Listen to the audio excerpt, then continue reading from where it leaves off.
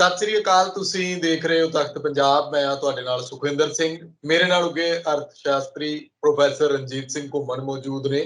ਅੱਜ ਜਦੋਂ ਪੰਜਾਬ ਸਰਕਾਰ ਇਹ ਗੱਲ ਕਹਿੰਦੀ ਹੈ, ਪੰਜਾਬ ਦੇ ਖਜ਼ਾਨਾ ਮੰਤਰੀ ਹਰਪਾਲ ਸਿੰਘ ਚੀਮਾ ਹੋਰਾਂ ਦਾ ਬਿਆਨ ਸਾਹਮਣੇ ਆਇਆ ਕਿ ਜਨਤਾ ਦਾ ਬਜਟ, ਲੋਕਾਂ ਤੋਂ ਸਲਾਹ ਲੈ ਕੇ ਇਸ ਵਾਰ ਪੰਜਾਬ ਦਾ ਬਜਟ ਤਿਆਰ ਕੀਤਾ ਜਾਣਾ ਹੈ।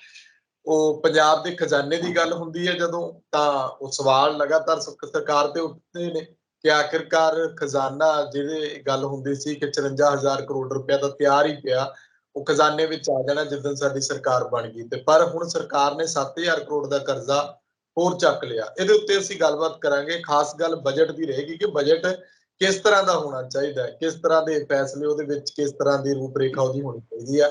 ਸਵਾਗਤ ਹੈ ਤੁਹਾਡਾ ਘੁੰਮਣ ਸਾਹਿਬ। ਥੈਂਕ ਯੂ ਜੀ ਸੁਖਵਿੰਦਰ ਜੀ, ਥੈਂਕ ਯੂ ਜੀ, ਧੰਨਵਾਦ।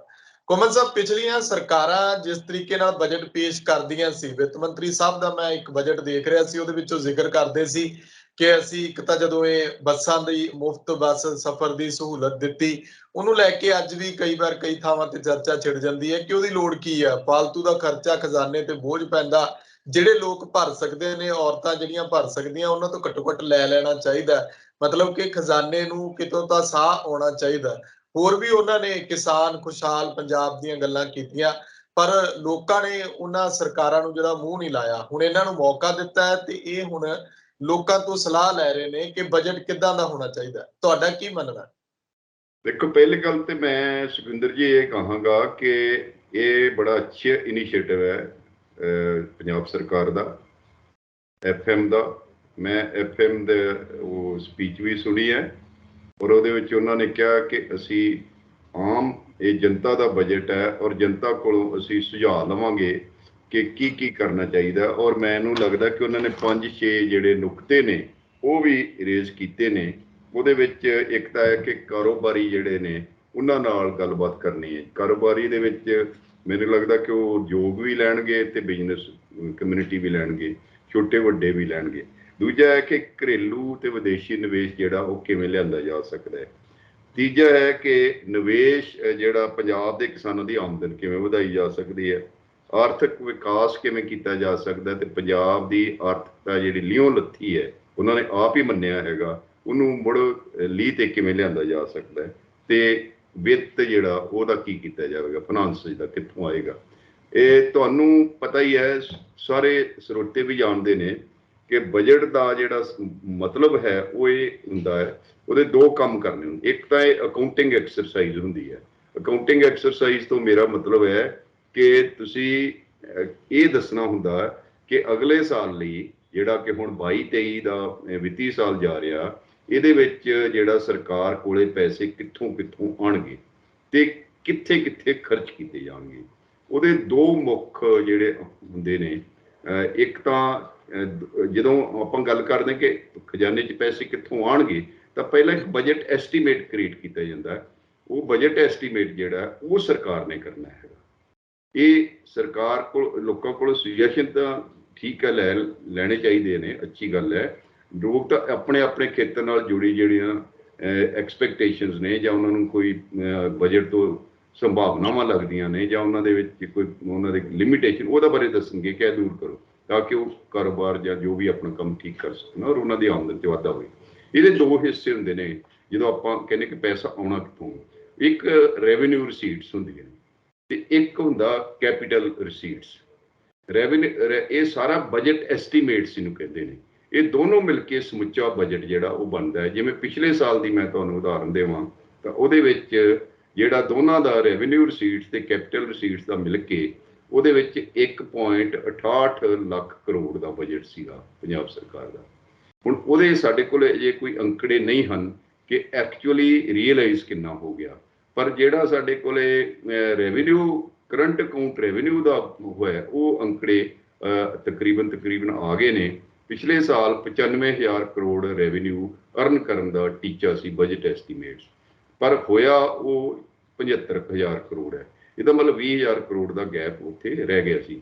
ਇਸ ਤਰ੍ਹਾਂ ਜਦੋਂ ਆਪਾਂ ਕੈਪੀਟਲ ਰਿਸੀਟਸ ਦੀ ਗੱਲ ਕਰਦੇ ਹਾਂ ਤਾਂ ਉਹਦੇ ਵਿੱਚ ਤੁਹਾਡੇ ਕੋਲ ਹੁੰਦਾ ਹੈ ਕਿ ਕਿੱਥੋਂ ਪੈਸਾ ਕੈਪੀਟਲ ਅਕਾਊਂਟ 'ਚ ਕਿੱਥੋਂ ਆਉਣਾ ਹੈ।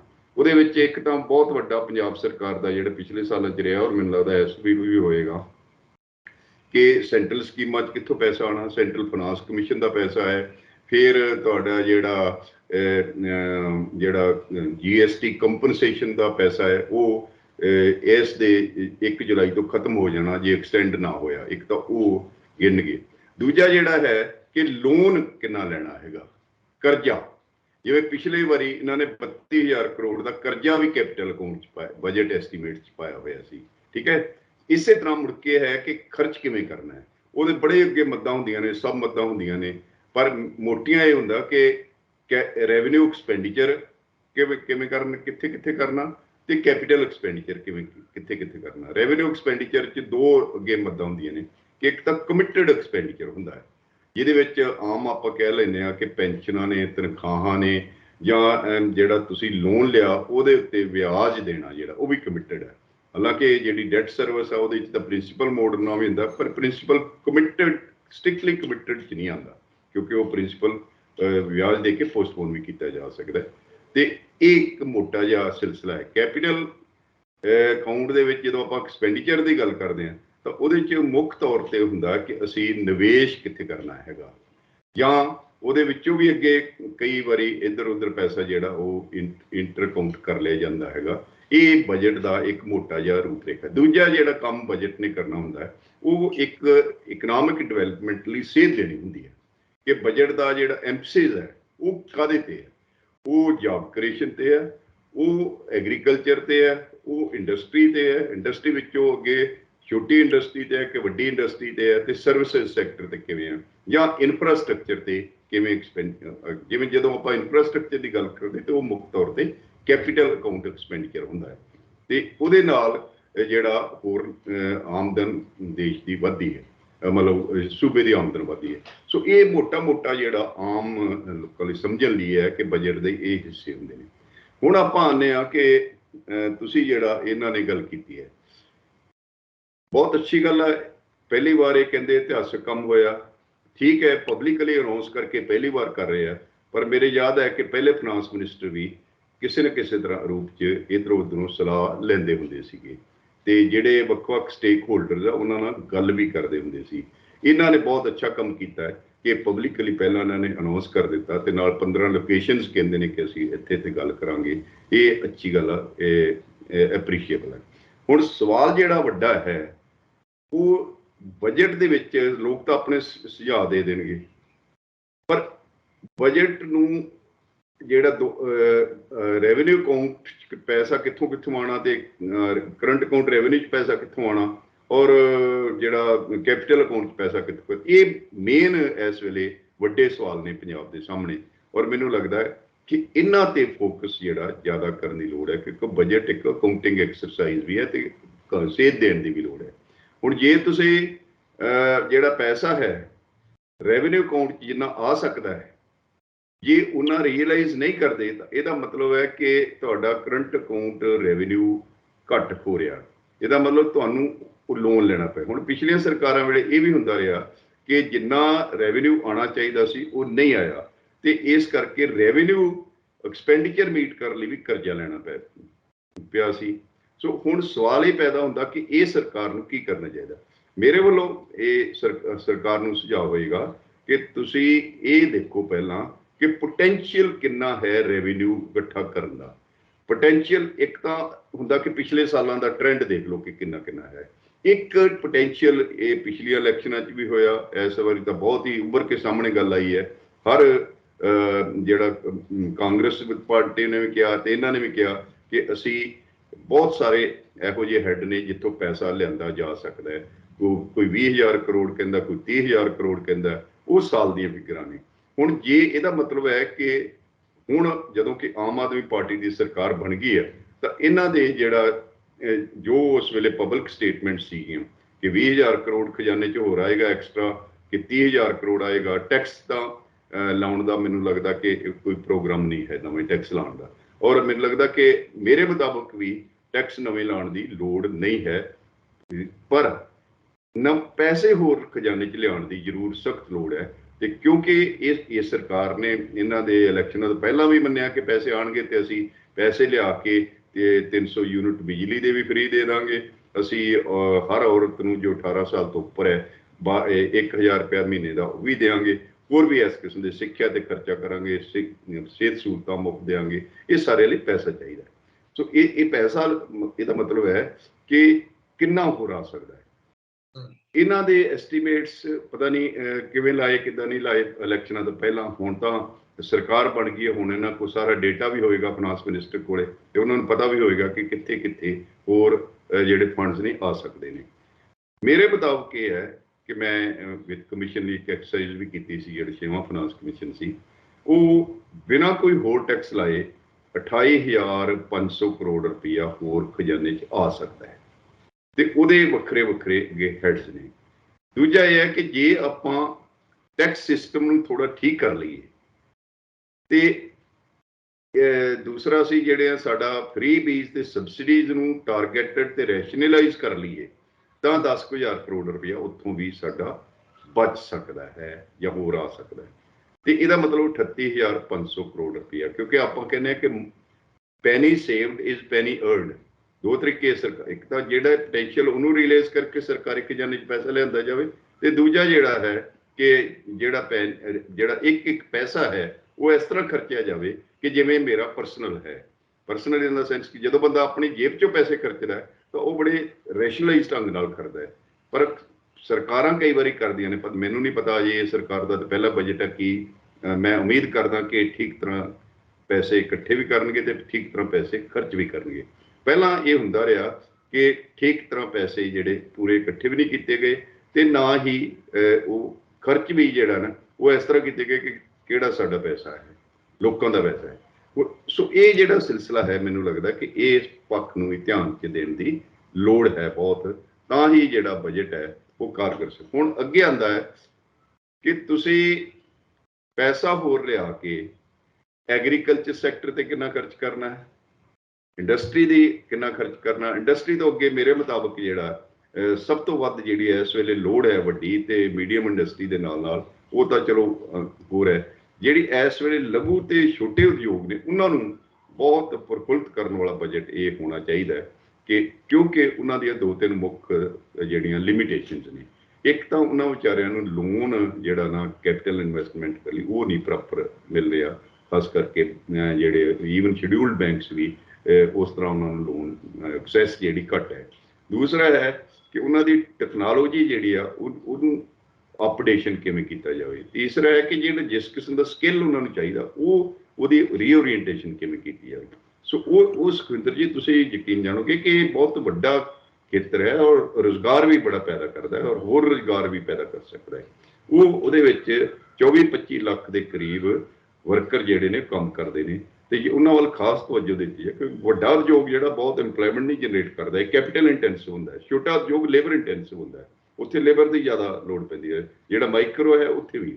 ਸੋ ਇੱਕ ਤਾਂ ਕੰਮ ਇਹਨਾਂ ਨੂੰ ਇਹ ਕਰਨਾ ਚਾਹੀਦਾ ਹੈ ਕਿ ਉਹਨਾਂ ਵੱਲ ਧਿਆਨ ਦੇਣ। ਦੂਜਾ, ਖੇਤੀ 'ਚ ਪਬਲਿਕ ਇਨਵੈਸਟਮੈਂਟ ਕਰਨ ਦੀ ਲੋੜ ਹੈ, ਤਾਂ ਕਿ ਜਿਹੜਾ ਕਿਸਾਨ ਹੈ ਉਹਨੂੰ ਨਵੀਂ ਤਕਨੀਕ ਮਿਲ ਸਕੇ, ਉਹਨਾਂ ਨੂੰ ਜਿਹੜਾ ਨਵੇਂ ਬੀਜ ਮਿਲ ਸਕਣ। ਤੀਜਾ ਹੈ ਕਿ ਖੇਤੀ, ਕਿਉਂਕਿ ਅਸੀਂ ਕਹਿੰਦੇ ਕਿ ਸਾਡਾ ਜਿਹੜਾ ਖੇਤੀ ਪ੍ਰਧਾਨ ਸੂਬਾ ਹੈ, ਤੇ ਐਗਰੀਕਲਚਰ ਯੂਨੀਵਰਸਿਟੀ ਜਿਹੜੀ ਹੈ ਉਹਨੂੰ ਰਿਸਰਚ ਫੰਡ ਜਿਹੜਾ ਹੋਰ ਦੇਣਾ ਚਾਹੀਦਾ, ਤਾਂ ਕਿ R&D ਕਰ ਸਕੇ। ਇਸ ਦੇ ਨਾਲ ਹੀ ਆਪਣਾ ਜਿਹੜਾ ਐਜੂਕੇਸ਼ਨ ਦਾ ਬਜਟ ਹੈ ਉਹ 1980 ਦੇ ਮੁਕਾਬਲੇ ਜਾਂ 2001 ਦੇ ਮੁਕਾਬਲੇ ਵੀ ਉਹ ਹੁਣ 12% ਰਹਿ ਗਿਆ, ਜਦੋਂ ਕਿ ਪਹਿਲਾਂ 18-19% ਸੀ।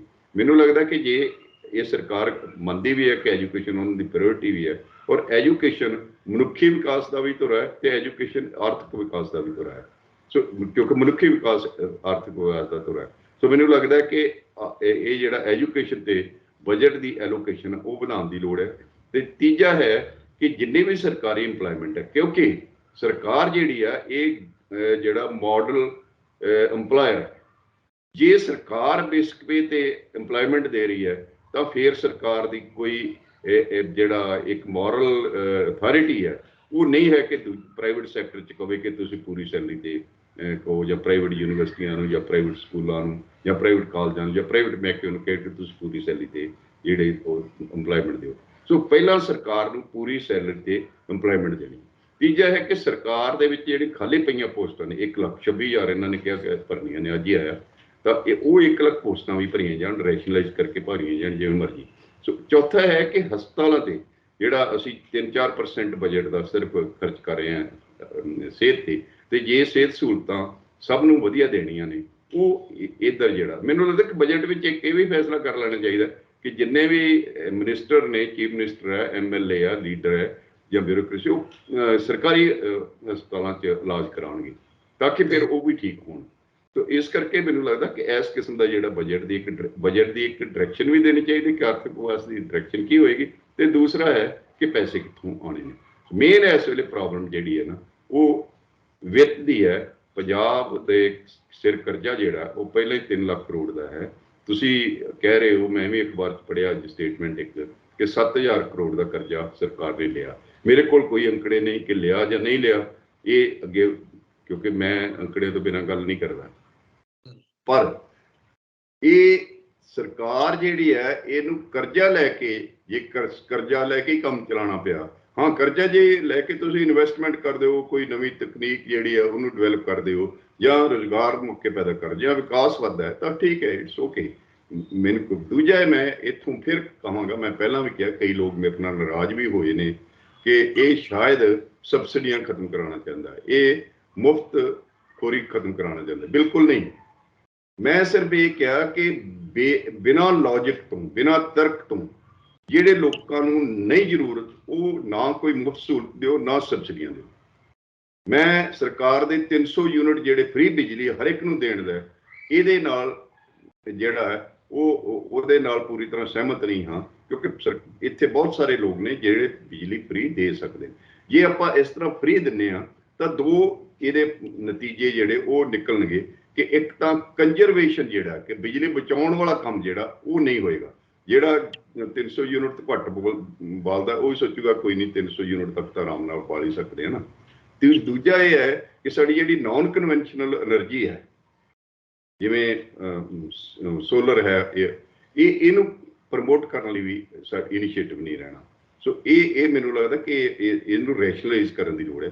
ਇਸੇ ਤਰ੍ਹਾਂ ਔਰਤਾਂ ਦਾ ਜਿਹੜਾ ਹਰ ਇੱਕ ਔਰਤ ਨੂੰ 1000 ਰੁਪਇਆ ਦੇਣਾ, ਅਜੇ ਤਾਂ ਕੋਈ ਇਹਦਾ ਆਇਆ ਨਹੀਂ, ਕਿਉਂਕਿ ਜਿਵੇਂ ਬਿਜਲੀ ਦਾ ਇਹਨਾਂ ਨੇ ਕਰ ਲਿਆ ਕਿ ਜਨਰਲ ਵਰਗ ਨੂੰ ਅਸੀਂ ਜੇ 2 ਮਹੀਨਿਆਂ 600 ਯੂਨਿਟ ਕਰਦਾ ਤੇ ਸਾਰਿਆਂ ਤੇ ਪੈਸੇ ਲੱਗਣਗੇ, 601 ਤੇ ਨਹੀਂ, 1 ਯੂਨਿਟ ਤੇ ਨਹੀਂ, ਸਾਰਿਆਂ ਤੇ ਲੱਗਣਗੇ।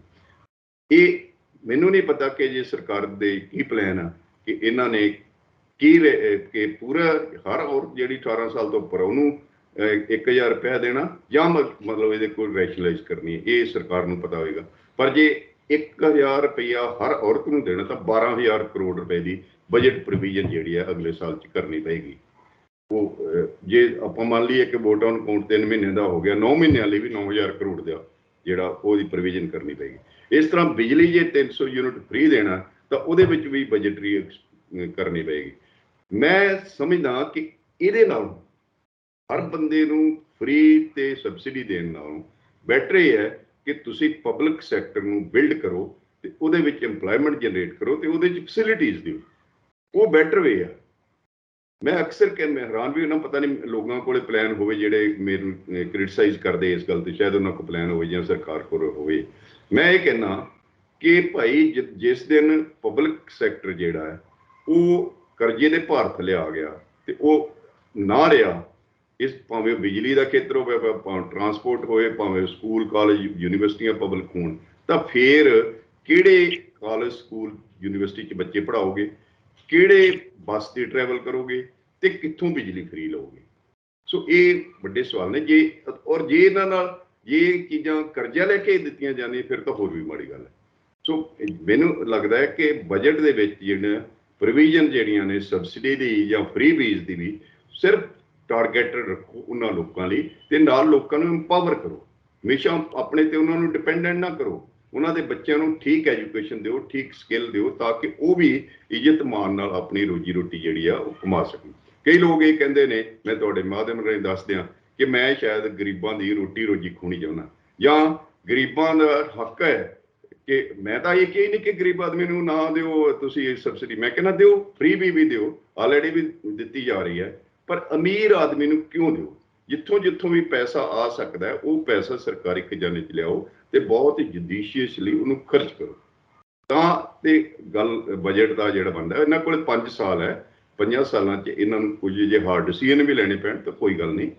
ਔਰ ਮੈਨੂੰ ਲੱਗਦਾ ਕਿ ਬਜਟ ਵਿੱਚ ਇਹ ਵੀ ਪ੍ਰੋਵੀਜ਼ਨ ਰੱਖਣ ਕਿ ਅਸੀਂ 4-5 ਮਹੀਨੇ 6 ਮਹੀਨੇ 'ਚ ਯੂਨੀਵਰਸਿਟੀਆਂ ਜਾਂ ਰਿਸਰਚ ਇੰਸਟੀਚਿਊਟ ਇਨਵੋਲਵ ਕਰਕੇ ਕੋਈ ਰਿਸਰਚ ਵੀ ਕਰਾ ਲੈਣ, ਡੇਟਾ ਕਲੈਕਟ ਕਰਾ ਲੈਣ, ਪਾਲਿਸੀ ਇਨਫੋਰਮੇਸ਼ਨ ਲੈ ਲੈਣ ਤੇ ਇਨਫੋਰਮਡ ਪਾਲਿਸੀਜ਼ ਬਣਾਉਣ। ਬਜਟ 'ਚ ਇਹ ਵੀ ਪ੍ਰੋਵੀਜ਼ਨ ਰੱਖਣੀ ਚਾਹੀਦੀ ਹੈ। ਔਰ ਬਜਟ 'ਚ ਇਹ ਵੀ ਪ੍ਰੋਵੀਜ਼ਨ ਰੱਖਣੀ ਚਾਹੀਦੀ ਹੈ ਕਿ ਤੁਹਾਡਾ ਜਿਹੜਾ ਥਿੰਕ ਟੈਂਕ ਹੈ, ਜਿਹਨੂੰ ਨੀਤੀ ਆਯੋਗ ਦੇ ਜੇ ਅੱਗੇ ਪਲੈਨਿੰਗ ਬੋਰਡ ਕਹਿੰਦੇ ਆ, ਹੁਣ ਇਹ ਮੈਨੂੰ ਪਤਾ ਲੱਗਿਆ ਕਿ ਉਸ ਨੀਤੀ ਆਯੋਗ ਦੇ ਪੈਟਰਨ ਤੇ ਕਰਨਾ ਚਾਹੁੰਦੇ ਨੇ। ਅੱਛੀ ਗੱਲ ਹੈ, ਥਿੰਕ ਟੈਂਕ ਬਣਾਓ ਤੇ ਥਿੰਕ ਟੈਂਕ ਲਈ ਪੈਸਾ ਰੱਖੋ ਤੇ ਥਿੰਕ ਟੈਂਕ ਲਈ ਐਕਟੀਵਿਟੀਜ਼ ਕੀ ਕਰਨੀਆਂ ਉਹ ਵੀ ਰੱਖੋ। ਇਹ ਬਜਟਰੀ ਪ੍ਰੋਵੀਜ਼ਨ ਜਿਹੜੀ ਹੈ ਇਹ ਜ਼ਰੂਰੀ ਹੈ। ਬਿਲਕੁਲ, ਜਿਵੇਂ ਘੁੰਮਣ ਸਾਹਿਬ ਤੁਸੀਂ ਕਹਿ ਰਹੇ ਹੋ ਕਿ ਮਤਲਬ ਕਿ ਫੈਸਲੇ ਜੇ ਸਖਤ ਲੈਣੇ ਪੈਣ ਤਾਂ ਉਹ ਵੀ ਲੈ ਲਏ ਜਾਣ। ਇਹ ਨਾ ਹੋਵੇ ਕਿਤੇ ਸਾਰਾ ਕੁਝ ਸਰਕਾਰ ਵਾਹਵਾ ਖੱਟਣ ਦੇ ਲਈ ਕਿ ਹਰ ਫੈਸਲੇ ਨੂੰ ਵੱਡਾ ਫੈਸਲਾ ਦੱਸ ਕੇ ਫਿਰ ਉਹਦੇ ਉੱਤੇ ਲੋਕ ਵਾਹਵਾ ਕਰਨ ਕਿ ਵਾਹ ਵਾਹ ਮਾਨ ਸਾਹਿਬ ਇਹੀ ਕਰ ਸਕਦੇ ਸੀ, ਮਾਨ ਸਾਹਿਬ ਹੀ ਕਰ ਸਕਦੇ ਸੀ, ਹੋਰ ਨਹੀਂ ਸੀ ਕੋਈ ਕਰ ਸਕਦਾ। ਖਜ਼ਾਨੇ ਤੇ ਬੋਝ ਨਾ ਪਏ, ਮੇਨ ਗੱਲ ਹੈ। ਮੈਂ ਘੁੰਮਣ ਸਾਹਿਬ ਇਹਦੇ ਵਿੱਚ ਇੱਕ ਆਖਰੀ ਸਵਾਲ ਇਹ ਕਰਾਂਗਾ ਕਿਉਂਕਿ ਆਪਣੇ ਕੋਲ ਸਮਾਂ ਸੀਮਤ ਹੈ। ਮੇਰੇ ਧਿਆਨ ਵਿੱਚ ਆ ਰਿਹਾ ਸੀ ਕਿ ਜੇ ਇਹਨਾਂ ਦੀ ਗੱਲ ਚੱਲਦੀ ਹੈ ਕਿ ਇਹਨਾਂ ਨੇ ਪਹਿਲੇ ਮਹੀਨੇ ਹੀ 7000 ਕਰੋੜ ਰੁਪਇਆ ਲੈ ਲਿਆ, ਕਾਦੇ ਲਈ ਲਿਆ ਹਾਲੇ ਕੋਈ ਇਹਦੇ ਬਾਰੇ ਪਤਾ ਨਹੀਂ, ਪਰ ਡਿਨਾਈ ਵੀ ਨਹੀਂ ਕੀਤਾ ਸਰਕਾਰ ਨੇ। ਪਰ ਜੇ ਆਪਾਂ ਪਿਛਲੀਆਂ ਸਰਕਾਰਾਂ ਦੀ ਗੱਲ ਕਰੀਏ ਕਿ ਸਰਕਾਰ ਚਲਾਉਣ ਦੇ ਲਈ ਕਿਸ ਤਰ੍ਹਾਂ ਮਤਲਬ ਕਿ ਕਰਜ਼ਾ ਕਿਸ ਤਰ੍ਹਾਂ ਚੁੱਕਿਆ ਜਾਂਦਾ, ਕਿੰਨਾ ਕੁ ਕਰਜ਼ਾ ਚੁੱਕਿਆ ਜਾਂਦਾ, ਖਜ਼ਾਨੇ 'ਚ ਕਿੰਨਾ ਕੁ ਹੁੰਦਾ ਤੇ ਉਹਦੇ ਤੋਂ ਇਲਾਵਾ ਹੋਰ ਕਿੰਨਾ ਕੁ ਚੁੱਕਿਆ। ਜਿਵੇਂ ਇਹਨਾਂ ਨੇ ਪਹਿਲੇ ਮਹੀਨੇ ਹੀ 7000 ਕਰੋੜ ਚੁੱਕ ਲਿਆ ਤੇ ਜੇ ਪਿਛਲੀਆਂ ਸਰਕਾਰਾਂ ਨੂੰ ਦੇਖੀਏ ਤਾਂ ਉਹਨਾਂ ਨੇ ਮਹੀਨਾਵਾਰ ਕਿੰਨਾ ਚੁੱਕਿਆ ਜਾਂ ਸਾਲਾਨਾ ਕਿੰਨਾ ਕਰਜ਼ਾ ਚੁੱਕਿਆ। ਦੇਖੋ ਏਦਾਂ ਹੈ ਕਿ ਇਹਦਾ ਤਾਂ ਡੇਟਾ ਹੈਗਾ ਐਵਰੇਜ, ਜੇ ਆਪਾਂ ਲਾ ਲਈਏ ਕਿ 2011-12 ਦੇ ਵਿੱਚ 83,000 ਕਰੋੜ ਦਾ ਕਰਜ਼ਾ ਸੀ ਤੇ ਹੁਣ 3 ਲੱਖ ਕਰੋੜ ਦਾ ਕਰਜ਼ਾ ਹੈ ਤੇ 10 ਸਾਲਾਂ 'ਚ ਲਾ ਲਓ ਕਿ ਇਹਦਾ ਮਤਲਬ ਕਿ 2,17,000 ਕਰੋੜ ਵੱਧ ਗਿਆ। ਇਹਦਾ ਮਤਲਬ ਕਿ ਇੱਕ ਸਾਲ 'ਚ 21,000 ਕਰੋੜ ਜਿਹੜਾ ਹੈ ਉਹ ਕਰਜ਼ਾ ਵਧਿਆ ਹੈ ਨਾ, ਠੀਕ ਹੈ ਨਾ, 21,000 ਕਰੋੜ। ਤੇ ਜੇ ਆਪਾਂ ਇਹ ਜਿਹੜੀਆਂ ਕਮਿਟਮੈਂਟਸ ਹੋਣ ਕੀਤੀਆਂ ਨੇ, ਜੇ 7,000 ਇੱਕ ਮਹੀਨੇ 'ਚ ਆ ਤੇ ਮੈਂ ਤਾਂ ਇਸ ਗੱਲ ਦਾ ਹਾਮੀ ਨਹੀਂ ਕਿ ਇਹਨੂੰ 12 ਨਾਲ ਮਲਟੀਪਲਾਈ ਕੀਤਾ ਜਾਵੇ, ਕਿਉਂਕਿ ਜ਼ਰੂਰੀ ਥੋੜਾ ਕਿ ਹਰ ਮਹੀਨੇ ਸਰਕਾਰ ਇੰਨਾ ਕਰਜ਼ਾ ਲਊਗੀ, ਹੈ ਨਾ। ਮੈਂ ਨਹੀਂ ਇਦਾਂ ਨਹੀਂ ਮੈਂ ਅੰਕੜੇ ਐਸਟੀਮੇਟ ਜਨਰੇਟ ਕਰਦਾ, ਪਰ ਇਹ ਜ਼ਰੂਰ ਹੈ ਕਿ ਜੇ ਪਿਛਲੇ 10 ਸਾਲਾਂ ਦੀ ਐਵਰੇਜ 21-22,000 ਕਰੋੜ ਰੁਪਈਆ ਹੈ, ਠੀਕ ਹੈ, ਤਾਂ ਇਹ ਜਿਸ ਕਿਸਮ ਨਾਲ ਜੇ ਇਸ ਕਿਸਮ ਦਾ ਸਾਰਾ ਅਸੀਂ ਅਨਟਾਰਗੇਟਡ ਇਲੌਜੀਕਲ ਫ੍ਰੀ ਬੀਜ਼ ਤੇ ਸਬਸਿਡੀਜ਼ ਦੇਣੀਆਂ ਨੇ ਤਾਂ ਕਰਜ਼ਾ ਹੋਰ ਚੁੱਕਣਾ ਪਊਗਾ। ਕਿਉਂਕਿ ਕਰਜ਼ਾ ਜਿਹੜੇ ਪਿਛਲੇ ਸਰਕਾਰਾਂ ਤੇ ਚੜਿਆ ਉਹ 3 ਕਾਰਨਾਂ ਕਰਕੇ ਚੜਿਆ। ਇੱਕ ਤਾਂ ਬਿਨਾਂ ਸੋਚੇ ਸਮਝੇ, ਬਿਨਾਂ ਕੋਈ ਆਧਾਰ ਦੇ ਸਾਰਿਆਂ ਨੂੰ ਲੋਕਾਂ ਨੂੰ ਫ੍ਰੀ ਬੀਜ਼ ਤੇ ਆਪਣਾ ਜਿਹੜਾ ਅਨਟਾਰਗੇਟਡ ਸਬਸਿਡੀਜ਼ ਦੇਣੀਆਂ, ਇੱਕ ਤਾਂ ਉਹ। ਦੂਜਾ ਹੈ ਕਿ ਪੈਸੇ ਦੀ ਬਰਬਾਦੀ ਕਰਨੀ, ਬਹੁਤ ਡਿਸਕ੍ਰਿਸ਼ਨਰੀ ਫੰਡਸ ਖਰਚ ਕਰਨੇ। ਔਰ ਤੀਸਰਾ ਕਿ ਜਿੰਨਾ ਪੈਸਾ ਖਜ਼ਾਨੇ 'ਚ ਆ ਸਕਦਾ ਉਹ ਨਾ ਲਿਆਉਣਾ। ਇਹ 3 ਕਾਰਨਾਂ ਕਰਕੇ ਕਰਜ਼ਾ ਚੜਿਆ। ਔਰ ਇਸੇ ਕਰਕੇ ਜਿਹੜਾ ਪੰਜਾਬ ਦਾ ਵਿਕਾਸ ਦਰ ਵੀ ਹੈ ਉਹ ਅੱਜ 16ਵੇਂ ਨੰਬਰ 17ਵੇਂ ਨੰਬਰ ਤੇ ਹੈ ਸਟੇਟਾਂ ਦੇ ਵਿੱਚੋਂ, ਔਰ ਸਾਡੀ ਜਿਹੜੀ ਪਰ ਕੈਪੀਟਾ ਇਨਕਮ ਹੈ ਉਹ 19ਵੇਂ ਨੰਬਰ ਤੇ ਹੈ। ਤੇ ਨਾਲ ਹੀ ਜਿਹੜਾ ਇੱਕ ਬਹੁਤ ਵੱਡਾ ਇੰਪੋਰਟੈਂਟ ਤੇ ਅੱਛੀ ਗੱਲ ਹੈ, ਇਹਨਾਂ ਨੇ ਵਿਦੇਸ਼ੀ ਤੇ ਦੇਸ਼ੀ ਨਿਵੇਸ਼ ਲਿਆਉਣ ਦੀ ਗੱਲ ਕੀਤੀ ਹੈ ਕਿ ਬਜਟ ਉਹਦੇ ਵਿੱਚ ਹੈਲਪ ਕਰੇਗਾ। ਮੈਂ ਕਹਿੰਦਾ ਕਿ ਇੱਕ ਪਾਲਿਸੀ ਵੀ ਬਣਨੀ ਚਾਹੀਦੀ ਹੈ। ਨਿਵੇਸ਼ ਇਸ ਵੇਲੇ ਨਾ ਤਾਂ ਪੰਜਾਬ ਸਰਕਾਰ ਕੁਛ ਕਰ ਰਹੀ ਆਪਣੇ ਹੈ ਨਹੀਂ ਪੈਸੇ, ਤੇ ਨਾ ਹੀ ਜਿਹੜਾ ਤੁਹਾਡੇ ਦੇਸ਼ੀ ਵਿਦੇਸ਼ੀ ਨਿਵੇਸ਼ ਇੱਥੇ ਬਹੁਤਾ ਆ ਰਿਹਾ। ਇਨਵੈਸਟਮੈਂਟ ਫੈਸਟ ਵੀ ਆਪਾਂ ਕਰਾ ਲਏ ਨੇ, ਅਕਾਲੀ ਸਰਕਾਰ ਨੇ ਵੀ ਕਰਾ ਲਏ ਤੇ ਕਾਂਗਰਸ ਨੇ, ਕੋਈ ਬਹੁਤਾ ਨਿਵੇਸ਼ ਆਇਆ ਨਹੀਂ। ਜਿੰਨਾ ਚਿਰ ਨਿਵੇਸ਼ ਨਹੀਂ ਹੁੰਦਾ ਸਰਕਾਰੀ ਤੇ ਗੈਰ ਸਰਕਾਰੀ ਦੋਨੋਂ, ਤੇ ਉਹਨਾਂ ਚਿਰ ਵਿਕਾਸ ਨਹੀਂ ਹੋਣਾ, ਉਹਨਾਂ ਚਿਰ ਰੁਜ਼ਗਾਰ ਵੀ ਨਹੀਂ ਪੈਦਾ ਹੋਣਾ। ਸੋ ਮੈਨੂੰ ਲੱਗਦਾ ਕਿ ਇਹ ਇਸ ਗੱਲ ਲਈ ਵੀ ਚਿੰਤਾ ਤੋਂ ਹੋਣਾ ਚਾਹੀਦਾ ਕਿ ਨਿਵੇਸ਼ ਲਈ ਇੱਕ ਕਲਾਈਮੇਟ ਕਿਵੇਂ ਬਣਾਉਣਾ ਹੈ। ਐਗਰੀਕਲਚਰ ਪਾਲਿਸੀ ਹੋਵੇ, ਇੰਡਸਟਰੀਅਲ ਪਾਲਿਸੀ ਹੋਵੇ, ਸਰਵਿਸਿਜ਼ ਦੀ ਟਰਸ਼ਰੀ ਸੈਕਟਰ ਦੀ ਇੱਕ ਪਾਲਿਸੀ ਹੋਵੇ, ਇਹ ਸਾਰਾ ਇੰਪਲੋਇਮੈਂਟ ਜਨਰੇਸ਼ਨ ਦੀ ਪਾਲਿਸੀ, ਇਹ ਸਾਰਾ ਕੁਛ ਭਾਵੇਂ ਬਜਟ ਵਿੱਚ ਇਹ ਸਾਰਾ ਕੁਛ ਕਵਰ ਨਹੀਂ ਹੁੰਦਾ, ਪਰ ਬਜਟ ਇੱਕ ਡਾਇਰੈਕਸ਼ਨ ਜ਼ਰੂਰ ਡਿਵੈਲਪਮੈਂਟ ਦੀ ਦੇ ਸਕਦਾ ਹੈ ਤੇ ਗਵਰਨਮੈਂਟ ਨੂੰ ਇੱਕ ਰੋਡ ਮੈਪ ਜਿਹੜਾ ਉਹ ਤਿਆਰ ਕਰਨ ਦੀ ਲੋੜ ਹੈ। ਨਾ ਇਹ ਬਜਟ ਤਾਂ ਇੱਕ ਸਾਲ ਲਈ ਹੋਏਗਾ, ਬਜਟ ਦੀ ਕੰਟੀਨਿਊਟੀ ਅੱਗੇ ਹੋ ਸਕਦੀ ਹੈ 5 ਸਾਲ। ਤੇ ਨਾਲ ਹੀ ਜਿਹੜੀ ਪਾਲਿਸੀ ਇਨਫੋਰਮਡ ਪਾਲਿਸੀ ਜਿੰਨਾ ਚਿਰ ਨਹੀਂ ਬਣਾਉਂਦੇ, ਕੋਈ ਰੋਡ ਮੈਪ ਨਹੀਂ ਤਿਆਰ ਕਰਦੇ, ਉਹਨਾਂ ਚਿਰ ਜਿਹੜਾ ਪਿਛਲੀ ਸਰਕਾਰਾਂ ਪੈਚ ਵਰਕ ਕਰਦੀਆਂ ਰਹੀਆਂ ਨੇ। ਤੇ ਮੈਂ ਉਮੀਦ ਹੈ ਕਿ ਸ਼ਾਇਦ ਇਹ ਸਰਕਾਰ ਕੋਲ ਬਹੁਤ ਕੰਫਰਟੇਬਲ ਮੈਜੋਰਿਟੀ ਹੈ ਔਰ ਇਹ ਕਮਿਟਮੈਂਟ ਨਾ ਆਇਆ, ਲੋਕਾਂ ਨਾਲ ਬਦਲਾਅ ਦੀ ਕਮਿਟਮੈਂਟ ਨਾ ਆਇਆ, ਤੇ ਇਹ ਜੋ ਲੋਕ ਬਦਲਾਅ ਚਾਹੁੰਦੇ ਨੇ ਉਹ ਬਦਲਾਅ ਦੇਣਗੇ ਤੇ ਇਨਫੋਰਮਡ ਪਾਲਿਸੀ ਲੈ ਕੇ ਪੰਜਾਬ ਨੂੰ ਅੱਗੇ ਵਿਕਾਸ ਦੇ ਰਸਤੇ ਤੋਰਨਗੇ। ਚੋਣਾਂ ਤੋਂ ਪਹਿਲਾਂ ਜਿਵੇਂ ਘੁੰਮਣ ਸਾਹਿਬ ਕਿਹਾ ਜਾਂਦਾ ਸੀ ਕਿ ਜੇ ਖਜ਼ਾਨੇ ਨੂੰ ਸਾਹ ਦਿਵਾਉਣਾ ਤਾਂ ਕਾਰਪੋਰੇਸ਼ਨਾਂ ਬਣਾ ਦਿਓ, ਪਰ ਹੁਣ ਕੋਈ ਕਾਰਪੋਰੇਸ਼ਨਾਂ ਵੱਲ ਤੁਰਦਾ ਨਹੀਂ, ਕੀ ਉਹ ਸਫਲ ਨਹੀਂ? ਨਹੀਂ, ਦੇਖੋ ਕਾਰਪੋਰੇਸ਼ਨਾਂ ਹਰ ਗੱਲ ਦਾ ਆਨਸਰ ਨਹੀਂ ਹਨ। ਬਿਜਲੀ ਬੋਰਡ ਨੂੰ ਤੁਸੀਂ 2 ਕੰਪਨੀਆਂ ਬਣਾਇਆ ਨਾ, ਤੇ ਕਿੰਨਾ ਕੁ ਸੁਧਾਰ ਆਇਆ ਇਹਦੇ ਵਿੱਚ? ਗੱਲ ਤਾਂ ਜਿਹੜਾ ਨਾ ਉਹਦੇ ਵਿੱਚ ਪੋਲੀਟੀਕਲ ਵਿਲ ਤੇ ਕਮਿਟਮੈਂਟ ਦੀ ਗੱਲ ਜਿਹੜੀ ਹੈ ਉਹ ਜ਼ਿਆਦਾ ਜ਼ਰੂਰੀ ਹੈ ਕਿ ਜਸਟ ਮਤਲਬ ਹਵਾ 'ਚ ਗੱਲਾਂ ਕਰਨ। ਸੋ ਮੈਨੂੰ ਲੱਗਦਾ ਕਿ ਗੱਲ ਕਾਰਪੋਰੇਸ਼ਨ ਦੀ ਨਹੀਂ ਹੈ, ਗੱਲ ਪੋਲੀਟੀਕਲ ਵਿਲ ਦੀ ਹੈ ਤੇ ਗੱਲ ਇਨਫੋਰਮਡ ਪਾਲਿਸੀਜ਼ ਦੀ ਬਣਾਉਣ ਦੀ ਹੈ ਤੇ ਉਹਨੂੰ ਇਫੈਕਟਿਵਲੀ ਇੰਪਲੀਮੈਂਟ ਕਰਨ ਦੀ। ਸ਼ੁਕਰੀਆ ਘੁੰਮਣ ਸਾਹਿਬ, ਧੰਨਵਾਦ ਤੁਹਾਡਾ। ਥੈਂਕ ਯੂ ਜੀ, ਥੈਂਕ ਯੂ। ਸੋ ਮੇਰੇ ਨਾਲ ਮੌਜੂਦ ਸਨ ਉੱਘੇ ਅਰਥ ਸ਼ਾਸਤਰੀ ਪ੍ਰੋਫੈਸਰ ਰਣਜੀਤ ਸਿੰਘ ਘੁੰਮਣ। ਸਰਕਾਰ ਨੇ 10 ਮਈ ਤੱਕ ਦਾ ਸਮਾਂ ਦਿੱਤਾ ਕਿ ਆਪੋ ਆਪਣੇ ਸੁਝਾਅ ਵੈਬਸਾਈਟ ਤੇ ਜਾ ਕੇ ਤੁਸੀਂ ਦੇ ਸਕਦੇ ਹੋ। ਜਨਤਾ ਕਾ ਬਜਟ, ਉਹਦੇ ਉੱਤੇ ਸੁਝਾਅ ਹਰ ਮਤਲਬ ਕਿ ਕਾਰੋਬਾਰੀ ਦੇ ਸਕਦਾ, ਤਾਂ ਕਿ ਸਰਕਾਰ ਉਹਨੂੰ ਬਾਅਦ ਦੇ ਵਿੱਚ ਆਪਣੇ ਬਜਟ ਦੇ ਵਿੱਚ ਲਵੇ। ਹੁਣ ਪਤਾ ਨਹੀਂ ਖਜ਼ਾਨੇ ਦੇ ਵਿੱਚ ਕਿੰਨਾ ਕੁ ਪੈਸਾ ਜਾਂ ਖਜ਼ਾਨੇ ਤੇ ਹੋਰ ਕਿੰਨਾ ਬੋਝ ਚੜਦਾ, ਇਹ ਤਾਂ ਬਜਟ ਪੇਸ਼ ਹੋਣ ਤੋਂ ਬਾਅਦ ਪਤਾ ਲੱਗੇਗਾ। ਤੁਸੀਂ ਆਪਣੇ ਵਿਚਾਰ ਕਮੈਂਟ ਜ਼ਰੂਰ ਕਰਿਓ। ਤਖਤ ਪੰਜਾਬ ਨੂੰ ਸਬਸਕ੍ਰਾਈਬ ਕਰੋ। ਮੈਨੂੰ ਇਜਾਜ਼ਤ ਦਿਓ।